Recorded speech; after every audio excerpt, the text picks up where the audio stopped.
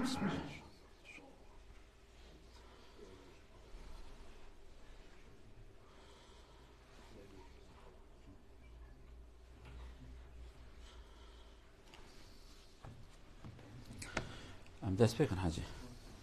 بسم الله الرحمن الرحيم. الحمد لله رب العالمين، والصلاة والسلام على رسولنا محمد وعلى آله وصحبه أجمعين.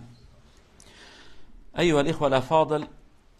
كما تعلمون في رمضان الناس يجتمعون كثيرا في المسجد ويأتون، يزداد عدد المصلين والقادمين إلى المسجد. فنحن كما نجدد أنفسنا في رمضان كذلك علينا أن نجدد أنفسنا حول بعض الأمور. هذه الأمور نحن نأخذها بعد صلاة العصر خلال دقيقة أو دقيقتين، ولكن اليوم سنفصل شوية. آداب اجتماعية، نحن نحتاج إلى هذه الآداب الاجتماعية. في رمضان يزداد الاجتماع، يزداد كثرة المصلين في المسجد، فنحتاج إلى أن نتعلم بعض الأمور أو نتذكر. نحن نعلم ولكن ننسى. أحيانا نحتاج أن نجدد وأن نأتي إلى النظام الأصلي، يعني أحيانا ننحرف يمينا وشمالا، فنحتاج إلى التذكير بها. فسنذكر بعض الأمور حول الاجتماع والدروس والمحاضرات والآداب الاجتماعية بين الناس إن شاء الله. برایت عزیز، رمضان إذا خير وبركات رمضان زيدت بن ملت كومت بن ملت جامعة رودنه إنسان زيدت بن ورحاصله كلام مثلا التراويح آداب خاصة لمجا جمعي ملت مزقفته، يعني ملت زيدت بچته. چواک رمضان معرف خطيدا نوت که معلومات خو زانبون خو ورحاصل ایمان خو نوت که احتیاجی اما هید رمضان دم هنه کی اخلاق خوی جواتی ام ساکینو بیجن تفگر جواتی تشتید نوا انسان دا کو جانا مروش بیر واد که بخوازی نخوازی امش بیر واد که امه چوا رابن چوا رونن چوا هرن چوا ور مرو خوش بیر واد که جانا بزمارا مرد به قی انسان بسری خوی دنیا هنه ده حال بو که دگلوی بصاداب هزار انسان رودنن تبسری خود تقصیه خدا تهری شکل کیه تو سطح بی انسان بکن اوتوپیزه کی به هفر هرن تشتکی دنیه تو تقصیه خدا جو تو دنگ موزیکی دنگ قرآن ودکی کیفاته كنت بكابي اوتوبيزا كيف دقال تب سطح بإنسان هبن تنكاري دنجي موزيكي وكيف يا أدب وأخلاق جواتي هنا يعني معرف فيري فانات بيعني دمالا خودم تبي جوراد ماشين بيخواست تجي دروات تدي بيلافت كيني يخين كي سيستموي هنا يعني دمالا خودم معرف تبي جلكيه أم دبيجن جلي شوي جلي خوي تجي مالا ملاتي تنكاري بيجي والله أفجي مالا تجلي خوي رسمي الخد كي وبارفومي الخد كي وهالله كي أبانا أدب وأخلاق نوا إنسانانه ام محتاج وان تشتي هانه نجاره کی تخم بیراخو يعني ام تماشات كن هر رمضان ام تكون فرقي وكيمانيه مقالك نكي تشتادا چه بونه ما خوش بير باكريه ياجي تشتكي نو دركتيه او تشتي نو ام چاول همبر بدنو بصيرن ام رزانن هناك تش 50 سال بريتن ابون 100 سال بريتن ابون 80 سال بريتن ابون ايرو دركتنه 30 سال بري تلفون تن ابون ايرو تلفون دركتنه ام چاوان تلفون خبر دم بدنو بصيرن إنك دست مرة لازم يعني موزيك يوي شوانا موزيك شواتي قتن جرسي هنا يعني أم محتاجة فان تشتي هاننا أما إن شاء الله فان تشتي هدي بنظمان كان تشتي وساكنه. أولا حضور المجالس شيء مهم جدا أيها الإخوة الأفاضل. الرسول صلى الله عليه وسلم هناك حديث الصحابة يرون يقول الرسول كان جالس ولديه درس أو محاضرة يلقي شيء على الصحابة، دخل ثلاثة من الصحابة أحد أو كانوا يمشون هناك في المسجد، المسجد كان لها أبواب يعني كثيرة، فمشوا قليلا ولكن أحدهم رأى بأن هناك مكان فاضي أمام الرسول أتى وجلس هناك. الثاني استحى أن يتقدم فجلس في آخر الصف. الثالث لم ينظر إليه ومضى. فالرسول صلى الله عليه وسلم بعدما ينتهي من كلامه يبين 3 أشخاص هكذا، أحدهم أصر أن يكون في الأول فتاب الله عليه. ثاني فاستحى جلس في الأخير فاستحى الله منه فعفى عنه. الثالث عرض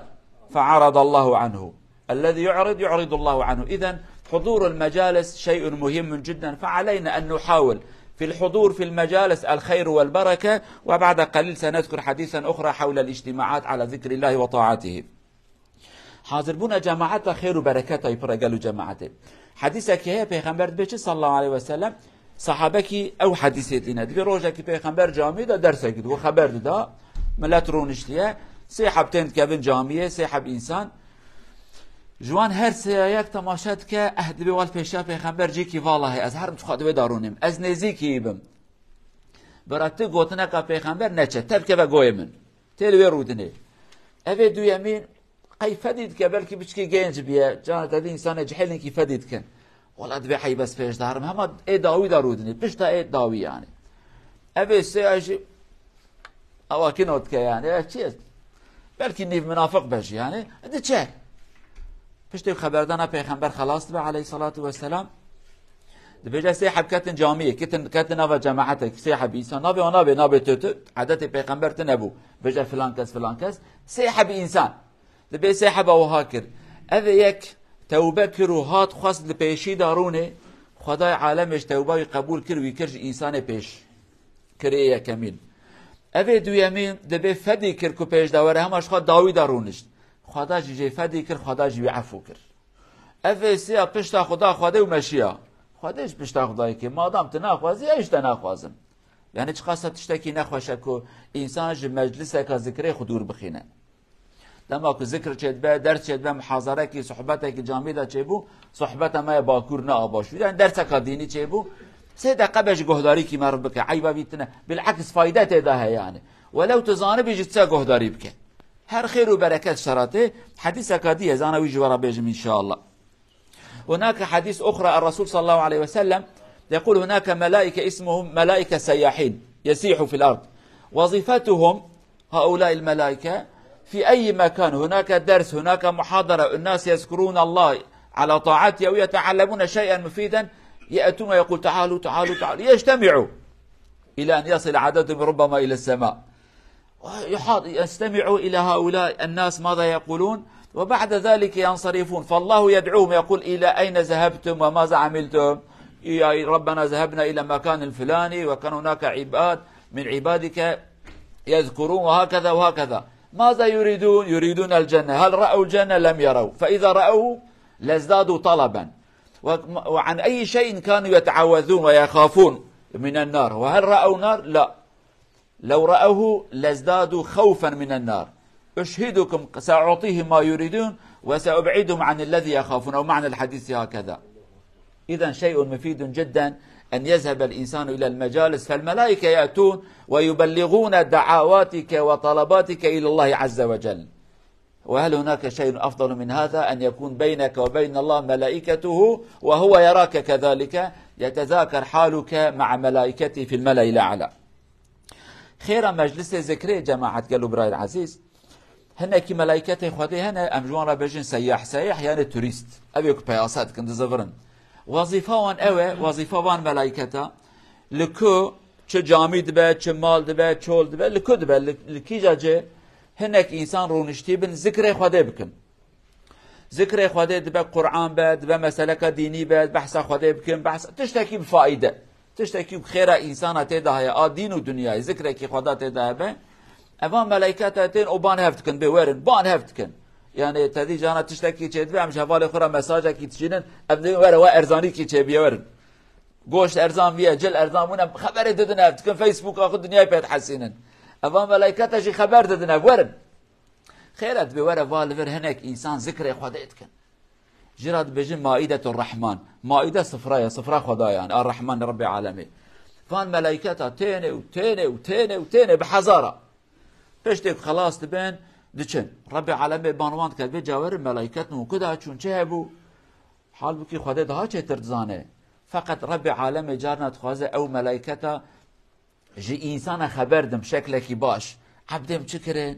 تدي مثلا جانا بري دقوتن دقوندك ده آغا كي هبو شيخ كي هبو والله فلان كس شيخ بحثا تكر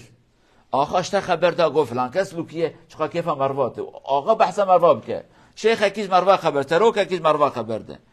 دیجا خدای مازن که مروا خبر ده چقا خوش دبی یا ربی والله چون جهه کی عبادت هبون کوم ببون ذکر تکرم ور داوی دا چه خواستین چه نت خواستین والله یا ربی جنت خواستین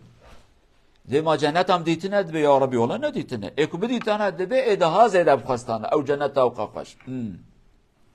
ترسوان چی بو شد ترسیان شد رویان والله آگره جهنم یا ربی پر جهنم ترسیان دبی شاهد بن او تشتك تخواستن از بدموان وتشتي كوجه ترسينا زي وان دور بخيلم وشاهده يا من يا ملائكته من اوان عباده انا ازي بدمان شقات تشتكي خوشها تشخوا ذكر خدا بكي ملائكت برن گهداریت بکن هر داویش خدا را بج ولا عبد توات کرن او خداش بج مشاهد من از دم وانا اواکینو دکم چقا شرف کم مازنه یعنی قاسه کش دست متگل و جماعته دمزگفت کی دا صحبت کی درس کی محاضره کی تشتکی هبو نبن احتیاجی مش بیاد دو دقیقه سه دقیقه بجرونه گهداری بکن فایده کم مازنته ده هي مفتي سعوديه كيفن نابي ابن باز جراد قوتن والشيخ بن باز ما اسمه الأصلي أنا نسيت اسمه عبد العزيز بن باز عبد العزيز الشيخ هاني شعبي نديت كبشنا جامعة پیغمبر صلى الله عليه وسلم لما جاء سر اسمه بشنا اشخاب جماعتي تبع إمام المج بكرة إمام جامعة نبو ليه مفتي سعودي بو دو انيفرسيتي درس دا مزقفتا پیغمبر مدينة أبيك چونا حج وعمره زان اللي بيه اما هناك جاء كرسي هنا شيخ درسات ددن يك حديث بجا يك تفسير بجا هريك تشتكي بيسحب سيحه بينجي حب انسان رودن درس ماندن دبي عادت فيا بوجبونه كن كذا بنوان انسان كو پشت خدايا ذكر خدا دچو جمهر كورج نديتها دچو جمهر شيخ كي ود دقه گهداريه يذكر او چو جمعيدن حتى جامع درد كد جبونه كن ناي گوتن جوان انسان كو ذكر خدا دراوه يعني تشتكي او قصه مهم بو شيخ بن باز كان له مسألة سألتكم عن اسمه يقول هو كان حينما يمشي إلى المدينة النبوية المسجد النبوي يصلي صلاة الصبح الذي ذهب إلى الحج والعمرة يعلم هناك كراسي والشيوخ لهم دروس محاضرات بعد الصلوات يعطونها ويلقون على الناس فهو حتى لا يدخل تحت صنف الذي أعرض عن ذكر الله فأعرض الله عنه فحينما كان يمشي إلى الخروج كلما يمر على شيخ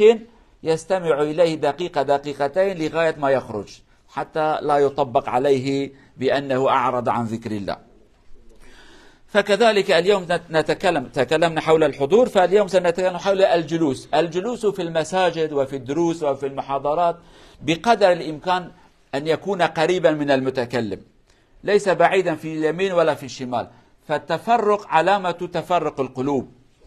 فالتقارب علامة تقارب القلوب فأحيانا في المساجد ترى رجلا هنا ورجلا هناك ورجلا هناك وكل يقول عندي ألم في ظهر وعندي ألم في ظهر يا أخي شافاكم الله وعافاكم ولكن بشكل من الأشكال حاولوا أن تكونوا قريبين من الذي يلقي المحاضرة القرب من المتكلم فيها الخير والبركة المتكلم جالس على كرسي النبي صلى الله عليه وسلم ويبلغكم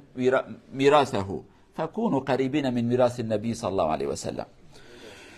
تشتكي دنه رونشتنات صحبت و درس و محاضره دا عادت انسان ما وان زمان پاشه انا وان صالحانه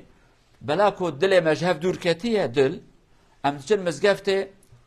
جانا دمی مزگفته ما دا درس دادم ده هفته جاره کی محاضره مهنه ده هفته حب مرتنه مر یک الفرا رودنه یک چلورا یک چلور از فقیر الفرا رودنه گسرخ وهات کم جوهات کم تشتكي نه نورماله بیا تشتی که ادب عالم اجمرا گوتیش وقت پیغمبر حتی ایرو دبی دما کو درس و خبردان یک نصیحت کی چیبو ای خبر دکیه هر نزیکی رونین او تدی حلبوق خانه حلبوق حلقه یعنی او رونین في شكل هان يجي وقت صف جامي دارونين فقط يك لور ابي علامات كدله مجارك جهف دوره دما كدله تجهف دور بتناخذ كلاك يكيرونه فقط دما كدله تنيزيك به تو براي خون كلاك هفرودني كما امد الميجد او قسم له يقدم لها پیغمبر امر مات كبران كي نيزيك يا ببان دله تجهف عاجز نبج برايته اما مع الاسف اف كيمانيه ما هاني فرها ام جهف دورت كيفن ابياج تشتكي راس ننا وچی قاسا نزیکی امام بن نزیکی او شیخ صحبت ده خیر و برکت او قاسا جوارا زیدتی قد جبیر بانکن صفع والخير يبرا اددو كمتره واسه كمتره حتى چبردري تشتكي مرفرا نامينه چقت نزيك بي علاماتك وتدخازي تشتافع عن بكي نزيكون معناه ابا يعني اتخازم تشتكي دست بنچه ياخذ الفير ياخذ فراريك بيجي كذا تشتكي خوشنن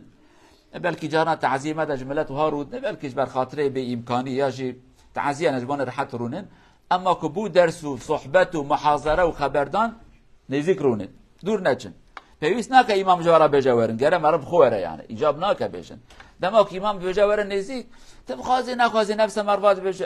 چو قراتیا خو سرمت که و قراتیا خو ناکه ابیاش بونه ته براوی خیر و برکتش تن نچه تشقاسا نزيك بيت أو قصا دقت بك تشقاسا دور بي شيطان بي كسكي تنادينا تلفون خود رخه فوتوغراف بیا بکشینه وی خبره بخوینه وی مساج بشینه تدور یا کسکی تنادینه لچقات نزدیک به معرفتید که حسافا پیشیدم از جواب کم اویا قانون انسانیتی یعنی تشقا دور بیت البرچع تدوري تنايديتن تشقا نزدیک بالبرچع تاخذي قد كي خراس بكي يعني ابيا يك ثانيا ادب الاستماع ايها الاخوه فاذا ذهبنا الى محاضره من المحاضرات فعلينا بالهدوء والسكينة واحترام المتكلم احترام لأنه يلقي عليك شيئا لا يجوز أن تشوش أن تسبقه بفتوى أن تجيبه بشيء إلا طلب منك الجواب فإذا بدأ ينصح لا تكمل أمامه الحديث ولا دعه فلكن إذا طلب منك أن تساعده حينئذ رد عليه قد يلقي شيئا وأنت تعلمه الأدب هكذا يقول حينما يلقي عليك شيئا تعلمه أظهر له كأنك لم تسمعه أبدا أظهر له الاهتمام ولكن لا أنا أعرف هذا أو إذا قلت أنا أعرف هذا فيقول خلاص أنت تعرف روح ليس أنت جاهل المسجد ولكن أظهر فهناك من العلماء يقول كان يلقى عليهم الكلمات أو مسألة من المسائل ربما عشرات المرات فكل مرة كان يظهر كأنه لم يسمعه أبدا بهذا الاهتمام يسمع إليه فعلينا أن نركز على هذا مشكلة التلفونات بدون صوت فهذا من أدب الجلوس فإذا احتجت أن تتكلم اخرج من المسجد لا تشوش على الناس هذا أمر آخر إذا المتكلم يتكلم ليس من الأدب أن يكون عندك تلفون وأنت تقرأ الأخبار هكذا هذا علامة لا أحترمك فلا تحترمني لا تجلس معي ولكن إذا كنت جالسا أغلق جميع الشيء واتصل بالشيخ بالإمام الذي يلقي عليك حتى تستفيد منه ولكن مع الأسف قد يتكلم المتكلم وهو عنده تلفونات وهكذا وكأنه هناك الله عز وجل جعل لنا قلبا واحدا ليس هناك قلبين فنحتاج إلى الهدوء وإذا تتكلم في التلفون اخرج لا تشوش على الناس ولكن كثير منا حينما يتكلم كأنه يعيش وحده في هذا المكان لا أحد بجنبه ليس هذا من الحكمة ولا من الأدب فعلينا أن نصحح هذا الأمر أدب قهداري كرني قالوا جماعته أم إنسان لو أم تشتكي فرق ما وحيوان شاف هي فدي حيوان دنا درس وانا نقوم فرنسا وانا نظام تشج أم إنسان محتاج احتياجه مش خبردانش قهداري كرنيش درسك تشتكي وساكن وهي إجا أدب قهداري كرنيش تشتكي إسلامش مراد بيجا وبالكي الدنيا تفي تشتد بيجا تهاتي جهة كي درسك من أنا يرو درس صحبة خطبة جمعية أبي كوتشي هاتي برا لازمه بيدنك بسكنه بيدنك خبر نده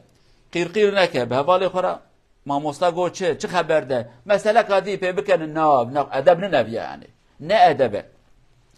تعزية شد بن درس شد بصحبتك محاضرة كي تشتكي تدي يك هات يا ربي كأنه بينجح بشيطان بيراهتنا مباشرة دقال ويا خبر ده دقال ويا خبر ده جوارا إشارتك يتكه تفتك بخرات مجلس هاني خرات تشتك اشترى نايله امشي انسانم دما كنت بني رئاب المقابل خبر ده ذوقته وخبردان نامينه تشكره خبر دي يعني قبكو جهداريه تبكي وجاري جار كم اواكن سريخ بلقينا يعني واز جهداري كم عقل من دقالته اللي هم قبكو مشغول بهوالي خب تلياخ الفرات خدسق الورات خ قلمي وهاتك تشكر تشواكر شاقته تنويه مبارك زمان كتاب إذا تدمسكت دوان تشتا سؤال بكي يا جي تلفون شكون درد ما يمازن تلفون ها خبر ده خبرات خوينه مساجات شينه وار حاصله كلام فيديو ادكشينن فيديو جراتينه جناي تلفون كه ايه تشكري ايش خارنا ما چيه عافيت بشترى خارنا تشيه ما خوش نفتشته يعني ابي نج ادبه يعني اگهدار وانابن جرهم تلفون كي فرض اشتراهات لازمي خبر دي نورماله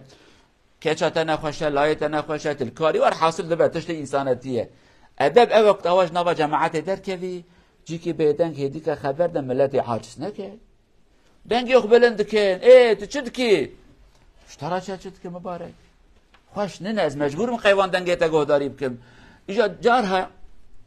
مسلمان ما در دیوان عجیب قال لكن میکروفون خوشی ود که ودنا و جماعت دا 20 50 انسان رو نشینه حضور تواتشه برایم خبر دی اما از نمجبورم گهداریت بکم حتی چند رو بره یکی زانه و هاد بجد بیم بطاره که شنو طیاره یعنی هوالانی چکنان دینه جنیمه بسلمان آجی اوی کرده جانا پرزده خبر دن اما جن کش طبیعت درد خن دبی جن که کلکله کم تلفونی خبر دا نیفت حد نزا چقه خبر دا دبیم جرا گو خوش کامن والله من قال گهداریت کری جاهین که دی گهداریت بکن باشت به یعنی بس خبر نده معنوی گو ابدا نگو تجمرات به تو جیکا دی خبر دا ایجا یعنی معنویت پر خبر دا این که بدنگ به گو خوش کام والله من قال گهداریت کری این که دی گهداریت بکن باشت به بردوام کرد وانا تشتی خوش نگره انسان آگاه داره وان تشتی هانا به یعنی تشت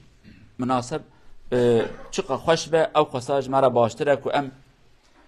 گوداری هب بکن جهاب فعم بکن جوابه هبدن وانا تشتی پر مناسبن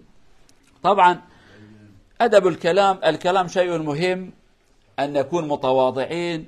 لا نهين أحدا إذا تكلم أحد نستمع إليه وإذا تكلم رجل آخر نحاول أن نسمع كلامه ولكن أحيانا يتكلم الرجل فترى صديقه كذلك يتكلم والثالث يتكلم الثلاثة يتكلمون مع واحد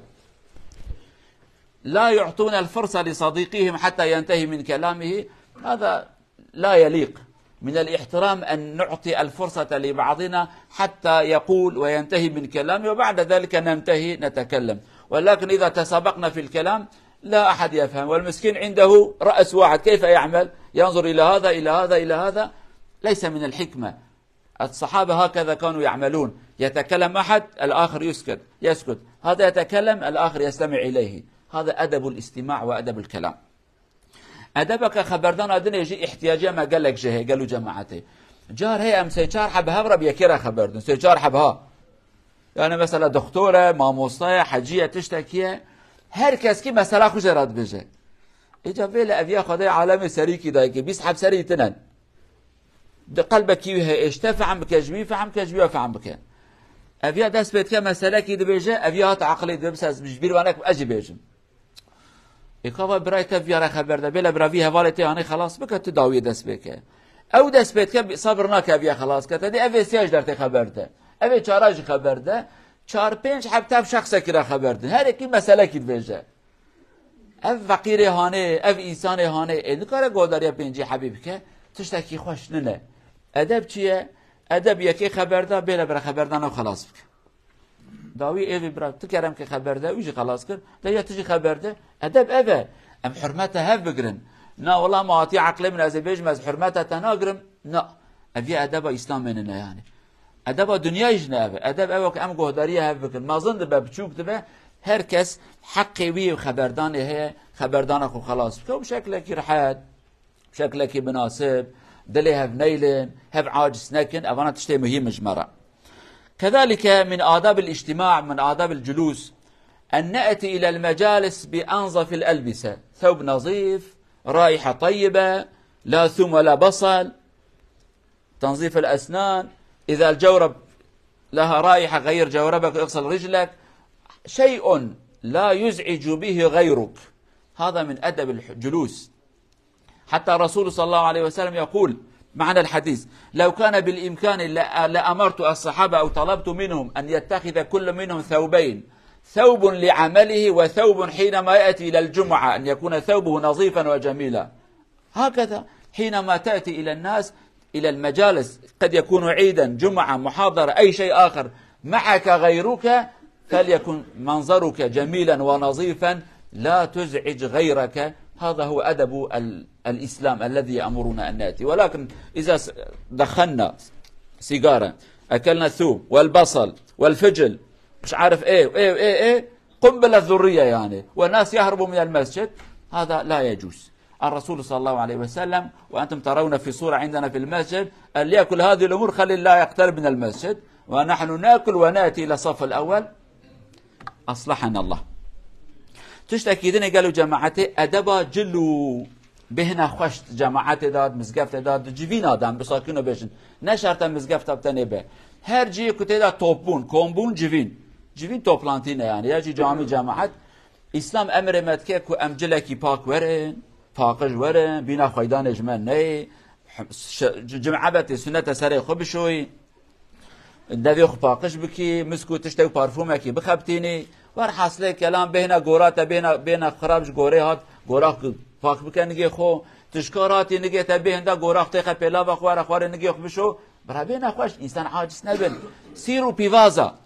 درد ما انمازن سیرو پیوازو چخاره اوانا تشتکی خوش نه پیغمبر صلی الله علیه و سلم پیوازا اوجا چخارت نبو الحمدلله ملت جاره که پیواز خوار بون سیره و هاتبون جامعه پیغمبر بهناوی در نکد که ابن جار عولش کو پیواز هاتنه سیر هاتنه گو کی وان تشتا خوار جاره کدی نه جامعه دی نه گو زحمته یعنی اوانا ادبا جماعته يعني تلبيجي سير خوشن باش عافيت باشترى اما حقيقة نتم عاجز بك حقيقة نتم التي عاجز بك يعني هنكي تش فايدة جمرة هي ولكن جماعتنا عيبة تدي عادتك كي كردا بدور جماعتي قفا غازواندات شو دور نوا ملت ده عيبو يعني نوا كردا ده يكي كرديت بيجن باب بركت يعني غازا يكي دركت نوا جماعت لا رزيل تكرن رزيل تكرن ها الرزيل هردو عالم اجي فقير دمرج ندى دولت اخوي دي بازار خود ترد كر تسميش اويش كي نوا جماعت ده فرقوي سيرش هفتنه سيرت بكيف خود خوي بتشت ادني فقير بلكي نخوشين كي ابو دسميش اويش كيا اوانا ادب نوا انسانانه گرم حرمت اوانا بزنبه حتى پیغمبر وهات کر علیه الصلاة والسلام دگو اگر کممکن بونا من صحابی خورا بگو تا هر کس کی براده حب جلوان هبن بی وقت ملت فقیر بونه و کامه آن هر کجمه پنجی حب جل مهنه دبی اگر کممکن بونا من بگو تا هر کس کی براده حب جلوان هبن جل کی پیش خوا کار خوب که جل دنی وقت بخواد جمعی برال خوب که برا پاکش به بین خوشه وره پارفوم ال خوب کن بخبتینن حدیثی بیان از بجا برا بین خوش وره اوی چخاره دکشیدن چخاره بیل نکشیدن حیره و کشانجی اب مصیبت آوه سر داوه خونتش کی برا بهنه و نه ایجا نظام ملت مقی چخاره نباش فت خود شد که ایجا بینوان چخاره ده خراب تره یعنی هنگی چخاره نه بینه خوشه ایجا هنگی هنه بینه و قشعره خاطر مجموعه محافظه بکن بپارزه امر آخر ادب الجلوس او التفسح في المجالس علينا نعطي بعضنا مكان حتى يجلس غيرنا فاذا واحد يمد نفسه بالارض هكذا ياخذ مكان 3 اشخاص ليس من الأدب. إذا أتى كبير السن واحد عجوز يحتاج إلى مكان أعنه تفسحوا في المجالس يفسح الله لكم هذا أدب الإسلام حاول أن تعطي المكان لغيرك ولكن إذا قلت هذا أنا سأنظر إلى راحتي لا يهمني لا الكبير ولا العجوز ولا المريض ولا هكذا هذا ليس من أدب الإسلام. تشتكي دنيا جيش هفرا بكن جيش تشتكي خوشلو خصوصا وقت كنا خوشكي هات اختياركي هات نساخكي هات پیرمیره که عمری مزن هات ادب اسلام او مر حرمته هنك انسان بگره يعني عیبا بیاتنه اختیاره که هات آلیکاری ای که فقیر یک بلکی جیب نخوشه کرم که جیب وی جیانش ترارونه یا صف لمجه یک درجه شبدی یک درجه فقیر هات جای پیش اقرا گفت سر من لگتت که راست خودی درجه یک یخ درجه نکریه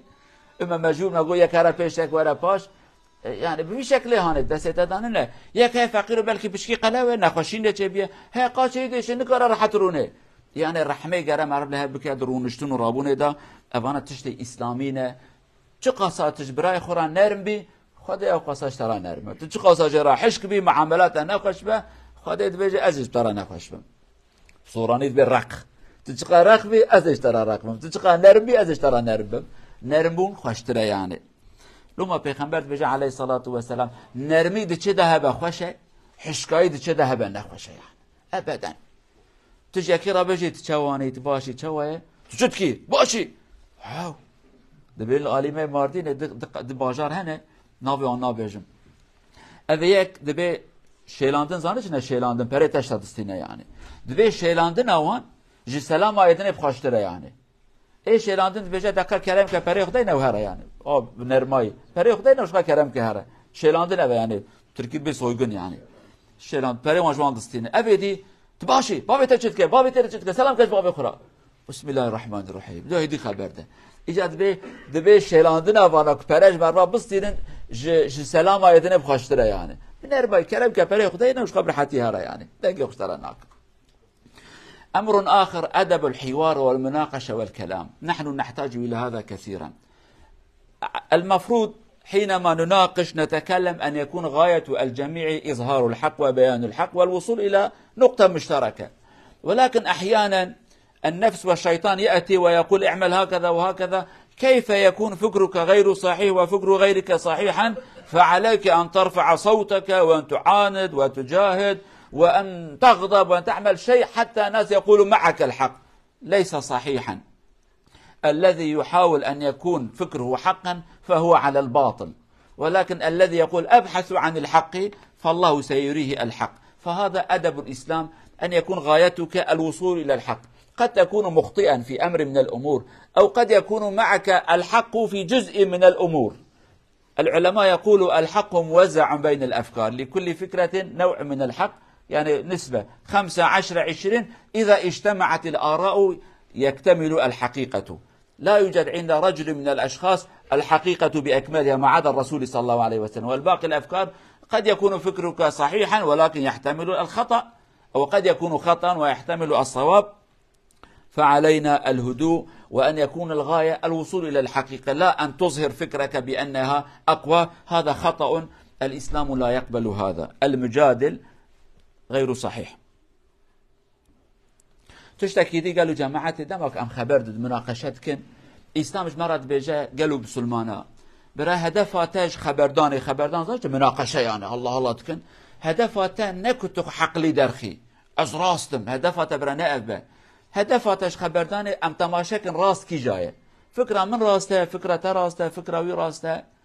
جي پیغمبر خارج پیغمبر بدون عالی که صلی الله علیه و سلم وکی دی فکر متبع احتمال شاشیتی هبه بلکه نه راست بن غلط بن یا جی صادی پنج فکرم راسته نوتو پنج نراسته عالم وهاد بجن به راستی دنابا انسان دا بلابی هر یکی دو درجه سه درجه الجمعیه حتی که کومه هفت به بلکه مسئله که دا صادی 20 از راستم صادی 8 از نراستم برای مجی صادی 5 راسته ایدی صادی 30 راسته فکراوی آمن راستی هر سیم کوم تکن دبا صادی 100 ابي تشتكي خوش اما كو از خبردم از بكم قيرقير قالت دنگي خناكي عمري من مازنه السيدامه الشيخ از حجيمه الزنگينم تشوال همبر مدرتي نو نو نو نو ابي شكار شيطانه خديش بتشتي حسناكه اگر تو نحق بي بجا ولا شاش بحيره من عفو بكنز غلطم صحابيه پیغمبر گوتن فكرم ابو ادگاس پوشما من حدث بتشتي اني ناكم حيبابياتنا تبزفري بالحقيقه وبالراستي وابخو شرفك برمازنه الحق أحق أن يتبع قاعدة إسلامية دبي هرب آلي حقية دهر خلاص دو حقية هر نبجه قال قوتنا من راس بد شو الهمبر مدرتي نا حيرا حي بس بتشتيانه بيجم بلكي فكرة مشاشة يعني أدب خبردان النافا مدى قرأ هدف من بكجن حقيقتك هناك أزبكم قير دنقي قبلن بكم شعبي قصور بكم نو أبيانا أدب إسلامية تشتكي خوش ننا. وأمر آخر في الأخير أدب الضحك والمزح. نحن بشر نحتاج إلى ضحك نضحك أحيانا ونمزح كذلك. الإنسان من خصوصاته الضحك والمزح ما عدا الحيوانات ليسوا هكذا هم لا يجتمعون لا يوجد عندهم مزاح يعني قد يمزحون ولكن نحن لا ندري ولكن البشر يضحك ويمزح ولكن الضحك خصوصا بصوت عالي شيء غير مرغوب يميت القلب يعني أحيانا واحد يضحك شوية ولكن فليكن كثرة أو الغالب في ضحكك التبسم شيء منخفض يعني ولكن ترى كثيرا من الناس بصوت عالي ها ها ها 50 متر الناس يسمعون صوته هذا علامة الغباء ليس علامة العقل. العقل يقول لا تضحك كثيرا ولكن فليكن ضحكك شيء تبسم. وكذلك المزح فعلينا أن نقلل من المزح والمزح عليها أن يكون مزحا صحيحا. الكثرة في المزح يؤدي إلى الفساد إلى العداوة إلى كسر القلب إلى سب وشتم يبدأ بالمزح وينتهي بالعداوة. فعلينا دائما أن نقلل من المزح لا يجوز أن نقول اترك المزح لا المزح شيء نحتاج إليه ولكن في حدوده إذا تجاوز الحد أصبح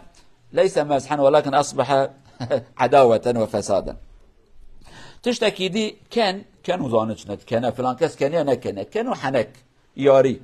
قالته وار حاصل كلام اسبري شقام جرات بيجن فانا تشتي نورمال فقط كان زيدا تشتكي خوش ها دنگي خبلمت كن حديث بيجا دنگي زيدا قلب انسان دكجا يعني قيمه انسان جينا لدم كتبك قير انسان بقيمت به